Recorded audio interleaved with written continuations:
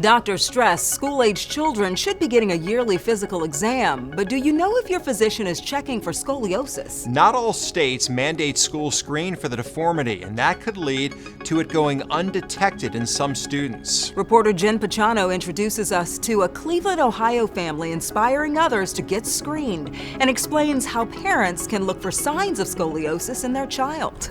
To look at this Akron teenager, at least at first glance, you'd never notice something was amiss. There was no indication. Her hips were not lopsided, her shoulders weren't crooked or lopsided.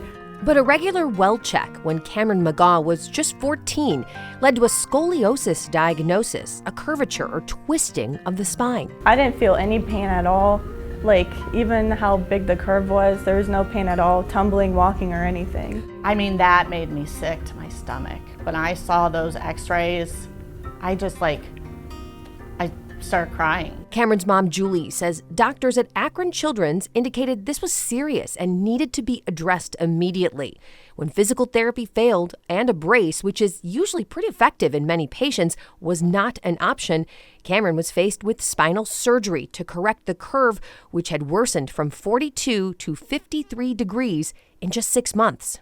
So scared, like I couldn't think the rest of the day. Now, putting it off would only make surgery more risky and the recovery harder, so Cameron underwent corrective surgery for her scoliosis. Dr. Lorena Flocari says scoliosis starts to emerge when kids are 10 to 14 years old. It typically happens right around the big teenage growth spurt, and so that's generally when we're looking for it and recommending that we screen for it. She explains how parents can look for signs. When you're looking at the shoulder blades, if they don't look equal side to side, if the hip line or the waist looks different side to side, where one side is higher than the other, that could be another sign too.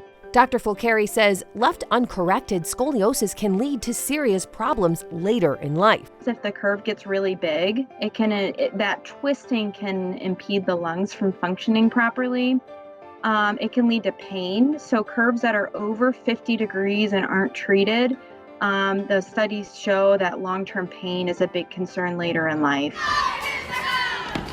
To say Cameron's surgery and recovery was a success story is an understatement. To everyone's surprise, she's tumbling again, even with 2 rods and 15 pins in her back. Well, I stayed in the hospital for 3 or 4 days.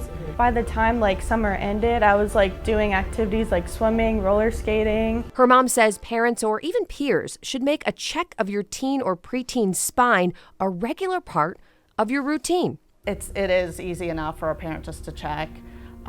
Anyone could check. Friends, these girls, they're in so many tumbling classes together, sports, you don't have to have any back pain or any visual issues to have a curve in your spine, and that's what's scary. Another tip for parents, doctors say you can look for the signs of scoliosis while applying sunscreen or lotion to your child's back. And it's just amazing to see how she's tumbling again and just back to normal after all that. I tell you, I have 2 teenagers. I'm going to go make sure they look okay and do some testing. The sunscreen test, as you just said, maybe do something like that. Can't hurt.